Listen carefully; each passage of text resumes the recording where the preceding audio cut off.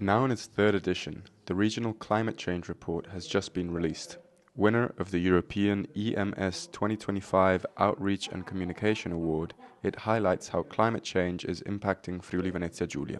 Questo è frutto di un lavoro scientifico certificato ai massimi livelli, parliamo dell'ARPA, dell'ISPRA, del CNR, dell'OGS, dell'Università di Trieste, di Udine, di CTP, la nostra direzione. Riguarda tutto della salute, l'economia e non solo, della vita anche quotidiana, in maniera molto semplice, ora con dei dati scientifici. Quindi il segnale del clima è un'eccellenza che è stata riconosciuta in Europa. Mercoledì a Lubiana prenderemo il premio per la migliore divulgazione scientifica d'Europa, quindi un lavoro fatto bene, ma lo può leggere chiunque, anche chi non è addetto ai lavori, per capire quello stato dell'arte della nostra regione e di quello che abbiamo fatto e dobbiamo fare per prevenire e adattarci ai cambiamenti climatici che ci sono. Le nostre serie storiche come agenzia dicono che il cambiamento climatico nella nostra regione c'è, è molto pesante a livello di temperature. Abbiamo la stessa quantità di pioggia, però abbiamo fenomeni particolari di piogge, quindi molto violente, di cui bisogna tenerne conto. L'uomo deve fare anche la sua parte e questo lo farà con delle azioni in base a quello che sarà la pianificazione che verrà fatta.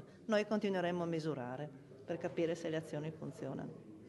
This document contains several parts that explain in an easy way to understand the results obtained both on the side of what is happening to the climate, what are the impacts on people and on environment, and most important, on what we can do at the political but even at the personal level to mitigate and to adapt our lives and our behavior to survive to this climate change.